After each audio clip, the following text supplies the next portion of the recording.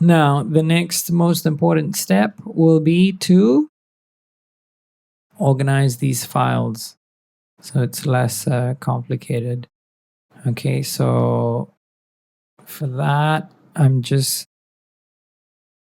to be able to delete everything else that is trombone related.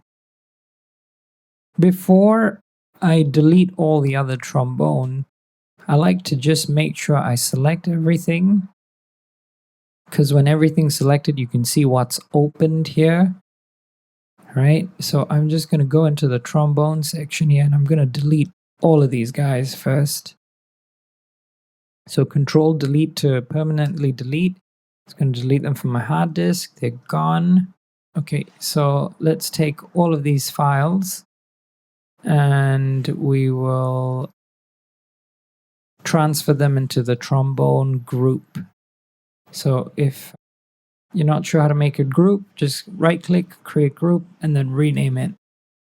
And what I'm going to do here with the trombone reference is I'm going to select unused. It's going to have a lot of unused stuff, and I'm just going to delete everything that's unused. And that's just deleting unused regions.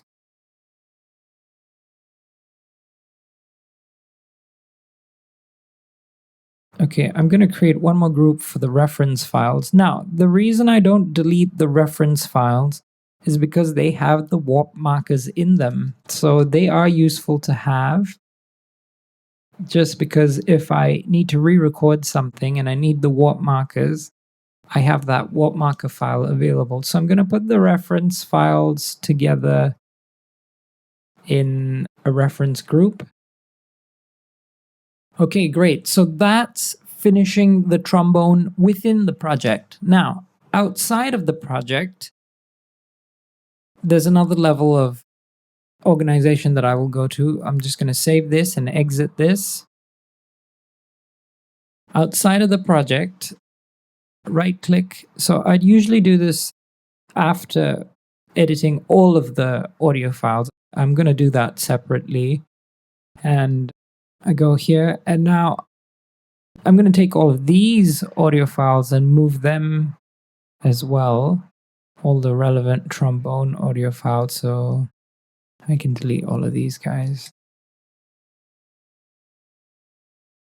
So let's make a folder for the reference first. Reference.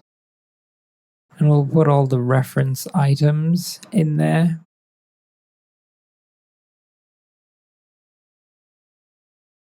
And get all the trombone stuff here. So I'm going to check them into the trombone. So these are all the trombone files that I have. They're 1, 2. So I like to always cross-check. So 1, 2, 3, 4, 5, 6, 7. I've got 7 files there. I'm going to go back into my project